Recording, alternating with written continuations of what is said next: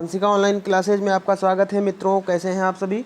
हम देखेंगे 9 अगस्त के सेकंड शिफ्ट के प्रश्नों को जो कि एसएससी सीएचएसएल में आए हैं। पहला प्रश्न है आपका, शेषनाग झील कहाँ है। शेषनाग झील कहाँ है? जम्मू कश्मीर में। जम्मू कश्मीर में। दूसरा प्रश्न आया था आपका, पश्चिमी बंगाल का ऐसा कौन सा नृत्य जिसमें संगीत, नृत्य, नाट्य प्रस्तुति का समामेलन होता है। तो ये एक नृत्य है अलकाप नृत्य। कुछ लोगों ने ये भी बोला है कि इनमें से कौन सा बंगाल का नृत्य नहीं है। 4 ऑप्शन दे दिए हैं, बाकी ये सब तो बंगाल के नृत्य हैं। ठीक है, तो बंगाल से रिलेटेड नृत्य आया था कुल मिला के, बस ये जानिए।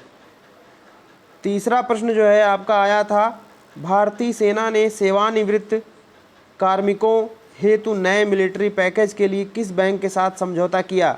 बैंक ऑफ बड़ौदा के साथ। दिसंबर 2020 में। कुतुब मीनार का निर्माण किसने करवाया था, ये प्रश्न आया था आपका। कुतुब मीनार का जो निर्माण है, कुतुबुद्दीन ऐबक जो है केवल नींव डाल सका। उसने शुरुआत कर दी थी 1199 में जो है उसने आरंभ कर दिया था। वेधशाला को तोड़कर जो है उसने कुतुब मीनार का निर्माण जो है आरंभ करवा दिया था और उसकी नींव रख दी थी। इसके बाद उसको जो है इल्तुतमिश ने उसको करवाया कंप्लीट। बेरोजगारी का सर्वे कौन करता है, ये प्रश्न आया था। बेरोजगारी का survey NSSO national sample survey office करता है। 2020 का साहित्य का नोबेल प्राइज किसे दिया गया है, लुईस ग्लूक। ठीक है, संयुक्त राज्य अमेरिका की कवियत्री लुईस ग्लूक को वर्ष 2020 का साहित्य का नोबेल पुरस्कार प्रदान किया गया। लुईस ग्लूक को यह नोबेल पुरस्कार उनकी अचूक काव्यात्मक स्वर जो खूबसूरती के साथ व्यक्तिगत अस्तित्व को सार्वभौमिक बनाता है के लिए दिया गया। 7वां प्रश्न पूछा गया था, इंडियन नेशनल फुटबॉल टीम के कोच कौन हैं, इगोर स्टीमाक। 8वां प्रश्न आपका पूछा गया था, रिजर्व बैंक में बाघों की जनसंख्या के अनुसार भारत में सबसे ज़्यादा टाइगर किस रिजर्व में हैं, तो आपके कार्बेट टाइगर रिजर्व में हैं।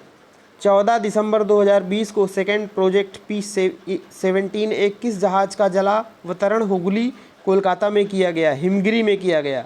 अश्रु ग्रंथि का वैज्ञानिक टर्म क्या है, लैक्रिमल ग्लैंड। ठीक है, इंग्लिश में इसको लैक्रिमल ग्लैंड भी बोलते हैं। अश्रु ग्रंथि। अश्रु ग्रंथि जो है बादाम के आकार की 2 थैलियाँ होती हैं, इसी में जो है आंसू रहते हैं और यही आंसू स्रावित करते हैं।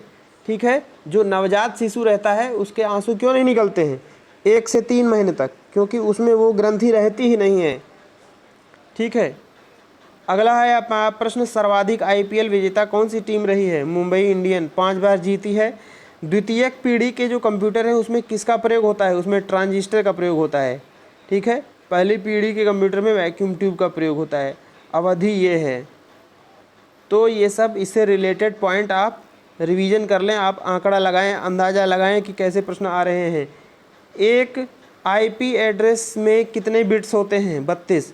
अनुच्छेद 15 के अनुसार किसी भी अनुच्छेद 15 से संबंधित प्रश्न आया था, तो अनुच्छेद 15 जो है उसके अनुसार जो है भाग 3 में दिया गया है मौलिक कर्तव्य मूल अधिकार जो हमारे दिए गए हैं 12 से 35 भाग 3 में मूल अधिकार दिए गए हैं। तो उसमें अनुच्छेद 15 ये बोलता है कि किसी भी नागरिक के साथ जाति, धर्म, लिंग, नस्ल और जन्म स्थान या इनमें से किसी भी आधार पर जो है उनकी अवहेलना नहीं की जाएगी, उनका तिरस्कार नहीं किया जाएगा, उनके साथ भेदभाव नहीं किया जाएगा। ठीक है, साहित्य का कुछ लोग बता रहे हैं, भौतिकी का भी नोबेल पुरस्कार पूछा गया है। ठीक है, तो रोजर पेनरोज, रेनहार्ड एंजल और एंड्रिया गेज, इन 3 लोगों को दिया गया है। मुद्रास्फीति बढ़ती है तो सरकार को क्या करना चाहिए, तो 2 मेथड है। सरकार जो है मौद्रिक नीति और राजकोषीय नीति के द्वारा मुद्रास्फीति को कम करती है, कंट्रोल में लाती है। ठीक है, मौद्रिक नीति के अंतर्गत बैंक दर नीति, कैश रिजर्व रेशियो CRR और ओपन मार्केट ऑपरेशंस है। और राजकोषीय नीति के अंतर्गत जो है कराधान है, सरकारी खर्च है, पब्लिक बारोइंग आदि। इसके अलावा सरकार द्वारा आवश्यक वस्तुएं जैसे दालें, अनाज, तेल आदि के निर्यात पर प्रतिबंध लगा देना, कालाबाजारी रोकना भी राजकोषीय नीति का हिस्सा है। इतने ही प्रश्न हमें मिल पाए। अब हम मिलते हैं अगले पार्ट में तृतीय शिफ्ट के प्रश्न के साथ।